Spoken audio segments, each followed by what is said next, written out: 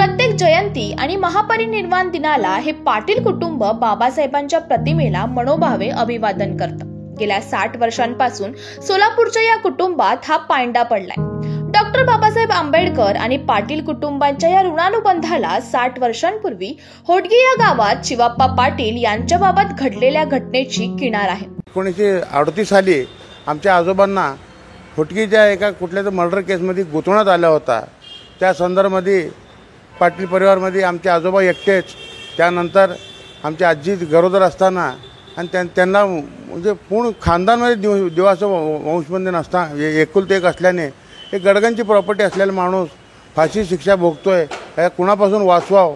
त्यावेळेला आमच्या पुंडलिकप्पा पाटलांनी आमच्या आजीने मिळून त्यावेळेला पनवेलला जाऊन आठवणे यांच्याकडे आमच्या पाहुण्या रावण्यांना विचारणा केली असताना त्यावेळेला त्यांनी सांगितलं की इथंच आपल्या पनवेलच्या म्हणजे उन्हाळ सुट्टीमध्ये सुट्टी घेण्यासाठी बाबासाहेबांचा सहवास इथेच लाभत असतंय, आपण जाऊन त्यांना विनंती करू की त्यांच्यामार्फत आम्ही त्यावेळेला आमच्या आजोबांनी विनंती केली असताना त्यावेळेला बाबासाहेबांनी असं आमचे पाहुणे आहेत की आमच्या यांना मर्डर केसमध्ये गुंतवण्यात आलेलं आहे, मोठी प्रॉपर्टी आहे म्हणून आमच्या आजी आजोबांनी त्या आजी आणि आजीचे सासरे यांनी बाबासाहेबांच्या चरणी प्रार्थना केल्यावर त्यावेळेस बाबासाहेबांनी कुठल्याही क्षणाचा विलंब न करता आमच्या आजीला दिलेला होकार होता, होकार दिले मी तुझा कुंकू पुसणार नाही, ही त्यावेळेचा बाबासाहेबांचा शब्द होता।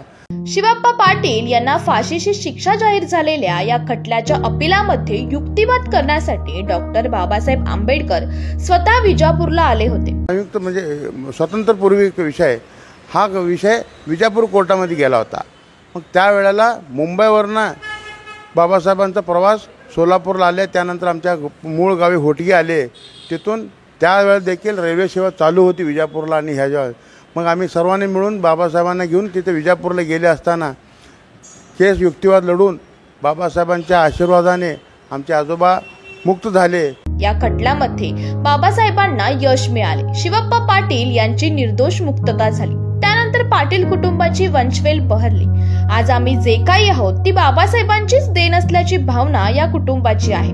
तदनंतर आमची वंशावळी वाढली। त्यानंतर शरणबसप्पा पाटील, माजी आमदार गुरुनाथ पाटील, आमचे वडील सिद्धरामप्पा पाटील व 3 आमच्या आत्या अशी वंशावळ वाढलेली। याला केवळ कारणीभूत डॉक्टर परमपूज्य बाबासाहेब आंबेडकर आहेत, म्हणून आज आमचा परिवार जिवंत आहे हे मला सांगण्यात खूप अभिमान वाटत आहे। पाटील कुटुंबाच्या पुढच्या पिढ्यांना राजकीय यश मिळालं, त्यांनी अनेक पदे भूषवली, पण जमिनीशी असलेली नाळ कायम ठेवत त्यांनी 60 वर्षांनंतरही बाबासाहेबांच्या मत्तेची जाणीव ठेवली आहे। ह्या राजकीय जीवनामध्ये आम्ही गेल्या 60 वर्षापासून आमच्या तिन्ही घरामध्ये 14 एप्रिल असू द्या, आम्ही सण एका सणासारखा आम्ही न विसरता आज देखील आजपर्यंत आम्ही साजरा करतच असतो। पुण्यतिथी असू द्या, जयंती असू द्या, आज त्यांच्या रूपाने आमच्या घराला गुरुनाथ पाटील म्हणून 2 वेळा आमदार लाभले, माझ्यासारखा कार्यकर्ता 3 वेळा नगरसेवक म्हणून राबले, आमचे बंधू हरीश पाटील जिल्हा परिषद सदस्य झाले, आमच्या काकू श्रीदेवी पाटील जिल्हा परिषद सदस्य झाले। असे अनेक विविध संस्थेवर आम्हाला काम करता आला, चळवळीचं काम करता आला किंवा आम्हाला सामाजिकमध्ये काम करता आला।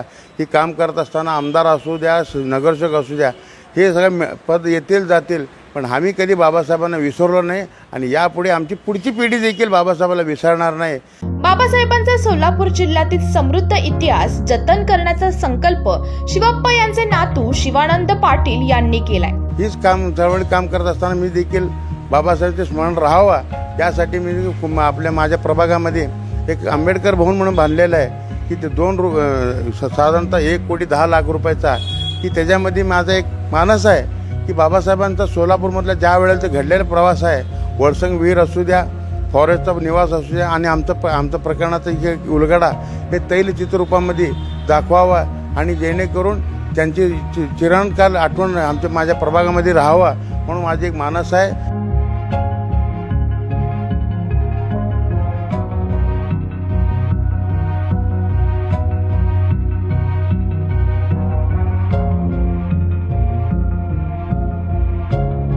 आज ही सर्व घटना सांगत असताना मला सार्थ अभिमान आहे की बाबासाहेब होते म्हणून आज मी तुमच्या पुढे कॅमेऱ्यापुढे आणि माझा पाटील परिवार पुढे आज जिवंत आहे.